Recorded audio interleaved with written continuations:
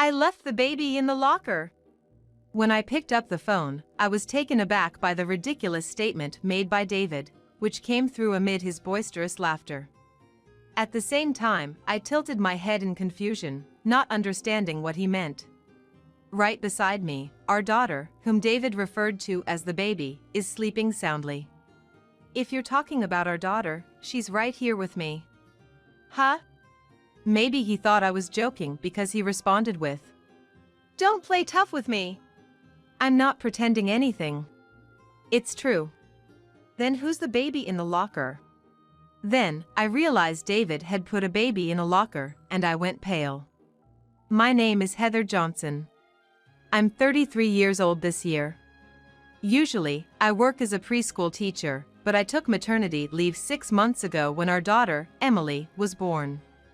Parenting has its challenges, but I was managing and enjoying it because my child is so adorable. My husband, David, is a businessman of the same age. We met through a mutual friend's introduction and got married 2 years ago. My friend once told me, "He's a great catch, but he just hasn't found the right person." And indeed, from the moment I met David, I thought he was quite the catch. Standing around 6 feet tall, and when I heard he worked really hard as a businessman, I was instantly attracted. He's also very considerate, and while we were dating, he always respected my opinions. I always wondered why someone like David hadn't married yet. When I asked David directly, he'd say something plausible like, "I just didn't find the right person." Deep down, I was glad David chose me. Even after our marriage, our life went on without any issues.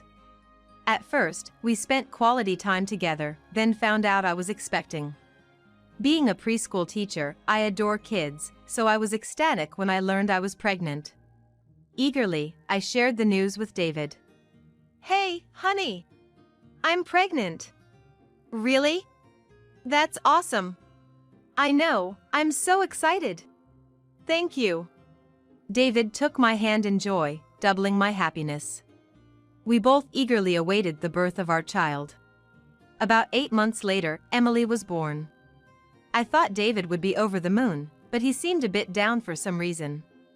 Maybe he was just overwhelmed with the reality of being a father. A kind of paternal postpartum depression, perhaps. "What's wrong? Aren't you happy?" "Well, I just remembered I'm not very good with kids. I'm just worried about it." "Don't worry. You'll get used to it. And hey, I'm a preschool teacher, remember? Leave it to me." "Well, if you say so." It seemed David was suddenly apprehensive about interacting with a child now that one was right in front of him. It's natural for anyone to feel uneasy about new experiences, so I wasn't too concerned at that moment. I didn't take David's words too seriously then. I had no clue that David would soon start exhibiting unpredictable behaviors. After the hospital stay, I returned home with Emily. Even though I'm a preschool teacher, I struggled a bit with first-time parenting. The late-night feedings were the hardest, and the sleep deprivation was mounting day by day. I tried my best not to wake David up every day as he had to go to work, but 1 month after giving birth, my body ached everywhere. Lack of sleep was taking its toll, and I found myself wearing thin. One Sunday, when David was off work, I asked him, "Could you please watch Emily for a bit? I just hoped to get a little break." I didn't mean for him to watch her all day. Just for an hour or 2 at most. But David frowned at my request, a look of disbelief on his face. "Why can't you handle that on your own? I told you I'm not good with childcare. But all you have to do is watch her for a bit. She mostly sleeps. When it's time, just give her the bottle." "You've got to be kidding. Think I can handle feeding her?" I was genuinely shocked at David's sudden change of attitude. Before Emily was born, he would have surely granted such a small request. In fact, I always thought he would say things like, "You okay? Why don't you take a break?" But in reality, it was the complete opposite. David didn't want to help with childcare at all. It felt to me like he was resenting Emily's presence. He would even make insensitive comments like, "Oh, if she wasn't here, we could have a free day just the two of us. Childcare is such a hassle." Sure, I understood that after having a child, we couldn't go out as often and couldn't have much alone time, leading to stress. But when I was pregnant with Emily, David seemed genuinely happy. That's why I felt at ease. I assumed he would be a great dad, willing to help out. But the reality was far from it. David showed no interest in childcare. In fact, from that day, he would often mutter, "If only she wasn't here." Every time I heard that, I felt sad and would respond, "Don't say such things." But David was not the kind man he once was. He would just scoff at my replies and stomp off to his room. I sighed and ended up handling childcare on my own, even during weekends. Half a year passed since David's unexpected refusal to help with childcare. I continued to raise Emily on my own.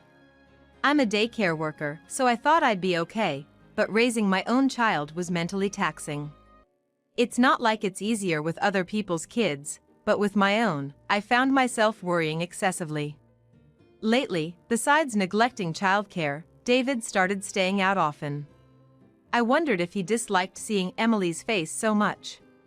Compared to when she was born, Emily had grown a lot and often babbled, sometimes even shouting out loud.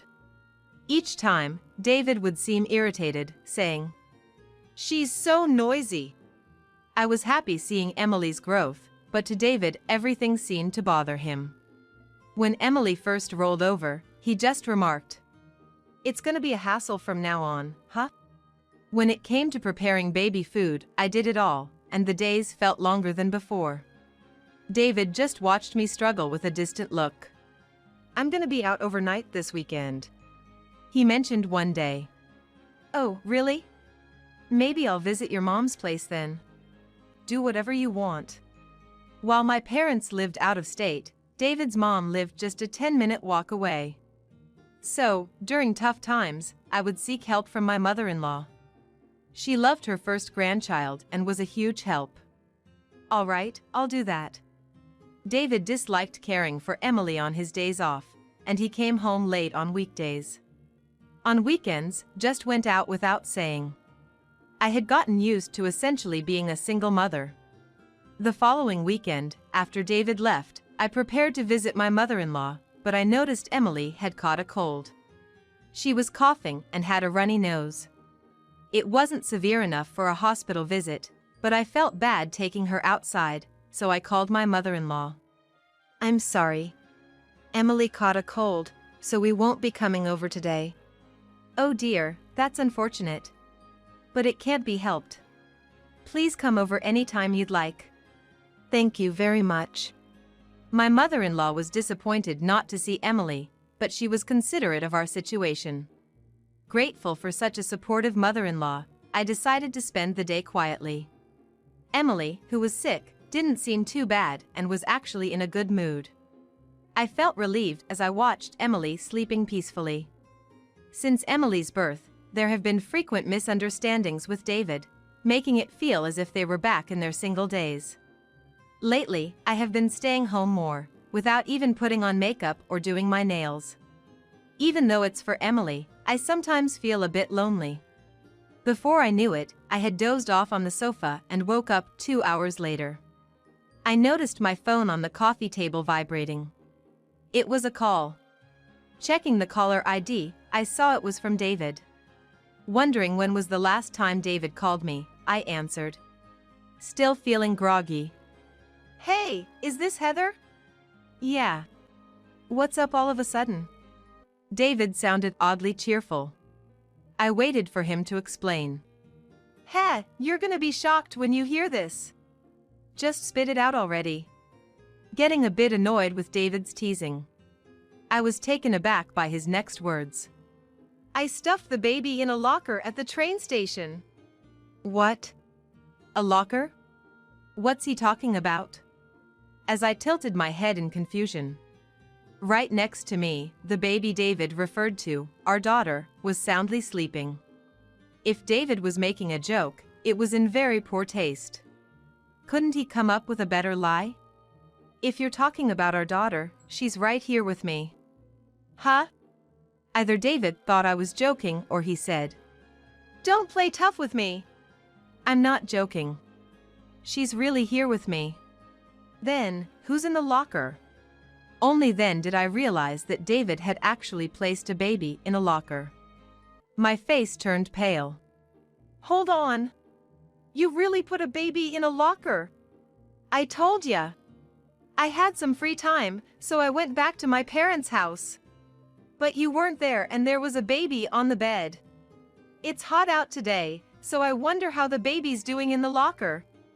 David, still not believing that I was with Emily, had just said something unthinkable. I can't believe you. I've been home all day because Emily is sick. She's right here next to me. Do you want me to show you through a video call? It was only then that David seemed to realize that I was telling the truth. His laughter from earlier started to fade, indicating that he grasped the gravity of the situation. Wait, then whose baby is? Just take me to the locker now. While I had questions about why there was another baby at David's parents' house, saving the baby was the top priority right now.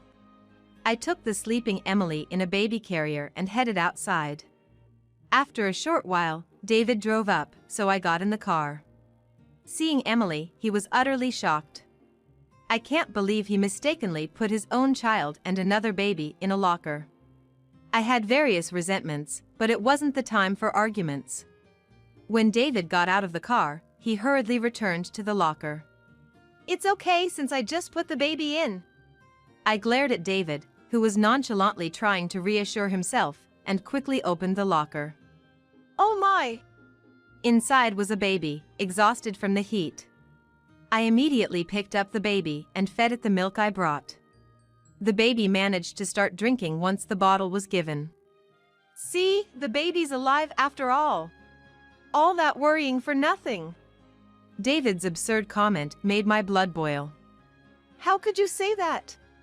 We were just one step away from this baby losing its life. But hey, everything turned out okay, didn't it? No use, David just wouldn't take things seriously. Realizing this, I immediately called an ambulance. At the hospital, the baby was examined and, though slightly dehydrated, was said to be in no critical condition. I was so relieved I felt my knees give out. When I contacted my mother-in-law, she was nearly in tears, relieved, saying, "Thank goodness." Turns out, she was babysitting the child of a friend she met in her cooking class. While she was in the restroom, the baby disappeared, and she had been searching frantically. I'm so sorry. This all happened because of David. It's not your fault, Heather. David is the one to blame. Who in their right mind puts a baby in a locker? My mother-in-law was furious, ready to give David a piece of her mind. But we managed to calm her down for the moment, and she contacted the baby's family. The baby's grandmother, who seemed understanding, said, "As long as the baby's safe." But I couldn't help but feel guilty. All the while, David was just spacing out, looking uninvolved. After a while, my mother-in-law and who must be the baby's grandmother arrived to pick up the baby. Following them was a woman who seemed like the baby's mother. Upon seeing this woman, David's eyes widened in shock. "Oh, Jessica. What are you doing here?" The woman David pointed to, calling Jessica, was the baby's mother who arrived late. "That's my line. Why are you here?" the mother shouted, looking like she was on the verge of a meltdown. My mother-in-law, the baby's grandmother, and I just stared in surprise at their exchange. "Let's move this somewhere private. My place." With the tension in the air, we all got into Jessica's car and headed to her place. No one spoke. David looked pale as a ghost. Only the occasional cries of Emily and Jessica's baby echoed in the car. So, care to explain what's going on? Once we arrived at Jessica's place, we were ushered into the living room. My mother-in-law and I, Amy and her mother, and David are sitting facing each other. David looked like he was about to be judged. while I felt like an innocent bystander caught in the crossfire. What exactly was the relationship between Jessica and David? More importantly, what's the relationship between you two? Driven by curiosity, I had to ask. Depending on their answer, our next steps would change. My mother-in-law certainly never expected that her friend's daughter and her son, David, knew each other. She was clearly flustered by this revelation. Only David seemed to fully grasp the situation, his face going pale. It seemed something very wrong had taken place. "I've been seeing David," said Jessica. I was utterly speechless upon hearing this. "Is she dating David?" "David is my husband." "Does that mean he's been cheating on me?" But for Jessica to so boldly announce this to me, his wife, seems strange. Wouldn't she try to hide it? "Is that true?" "I'm David's wife." "Are you two having an affair?" David doesn't reply. I took his silence as an affirmation. However, Jessica shakes her head. While one suggests they are cheating, the other denies it. "What's going on?" "I was deceived. I had no idea David was married. I heard he was single and that's why I dated him. Why didn't you tell me?" "Ah, now I understand." I shot David a fierce glare. Lying about being married and making moves on another woman? What a lowlife. According to Jessica, they met through a dating app about 6 months ago. Around the time Emily was born. Jessica's baby was just about 2 months postpartum then. It's surprising that she started using a dating app so soon, but she felt the desperate need for a father figure for her baby. The baby's biological father disappeared when he found out she was pregnant. While I can sympathize with Jessica's situation, that doesn't justify having an affair. However, since Jessica didn't know David was married, I can't blame her. All my frustration was directed at David. "You really did it this time, didn't you? Putting a baby in a locker is already a crime in itself. And now you've cheated too. What a despicable man!" I shouted, even in front of my mother-in-law. I could tell she was angry to learn what her son had done to his wife. She looked like she wanted to intervene, but Jessica and I were confronting David so aggressively that she didn't get a chance. "I didn't know either. I didn't know Jessica had a kid. If I'd known she had a child, I wouldn't have dated her. This is fraud. How are you gonna fix this?" David retorted. "What do you mean fraud? You're the real fraudster here. I had no idea you had a wife. Why didn't you tell me? And locking up my daughter in a locker? Are you out of your mind?" "I made a mistake. I intended to take Emily with me. How was I supposed to know she was your child? If you had told me about the child, this wouldn't have happened. I was planning to tell you eventually. Timing is everything with these things." Things were spiraling out of control. Emily and Jessica's child started crying loudly because of the shouting, so my mother-in-law and Jessica's mother tried their best to console them. "No matter whose baby it is, putting them in a locker is unacceptable. What you did is unforgivable. You do realize that it could have been life-threatening, right?" "It was just a harmless prank. I told you, I was just trying to give you a little scare." Finally losing my patience with David's excuses, I pulled out a lawyer's business card from my bag. "I'm sorry. I can't do this anymore. Let's get a divorce." "What?" I had been considering the idea for a while now. David never really cared for Emily, and it even seemed like he resented her. I had grown tired of his attitude. So, I had already met a lawyer. With everything that had happened now, I had more than enough reason to leave him. David was left speechless. Well, figures. David never expected us to get a divorce. I bet his fling with Jessica was just for fun. Poor guy, this must have been a momentary lapse in judgment. But I can't deal with David anymore. I can't be with someone who tried to harm Emily. Wait a minute. Divorce? Why all of a sudden? I'm not getting divorced. Listen, it's not sudden. Ever since Emily was born, you've been awful to her and me. And now this. You think you can get away with it? You're gonna pay child support and divide the property, of course. Seeing the determined look on my face, David finally seemed to realize that the divorce was becoming a reality. Suddenly, he got up from his chair. With a pleading look, he glanced back and forth between Jessica and me. Come on, just give me a minute. I can't afford it. Jessica, help me out. If I divorce Heather, you'll marry me, right? Didn't you say you wanted to be with me? I said I'd consider marrying you if you were single. And I can't trust a man who'd put a baby in a locker. I'll never marry you. When Jessica firmly refused to marry him, David seemed to be deeply shocked and slumped down, muttering, "Oh, too bad for you. This is what you get for neglecting your wife and child all these days. Do me a favor and get out. Emily doesn't need a father anymore." Brushing him off like an annoying bug with a shooing gesture, David reluctantly left Jessica's house. In his hand, he clutched the business card I'd given him earlier. I'm not sure if he'll contact them properly, but if he comes back, I've sworn to myself that I'll send him away. I'm sorry for dragging you all into this. And Jessica, cheating is unacceptable, but you're a victim too. You can find someone way better than a guy like that. I'm really sorry for what David did. I'm glad I realized early on what kind of person he was. We looked at each other and laughed. It felt like a weight had been lifted off our shoulders. After that, I left Jessica's place with my mother-in-law. Emily, amidst all the commotion, had once again fallen into a peaceful sleep. I want to live my life hoping only for his happiness. Even as a single mom, I'm going to raise Emily to be a wonderful adult. Then, my divorce from David was finalized.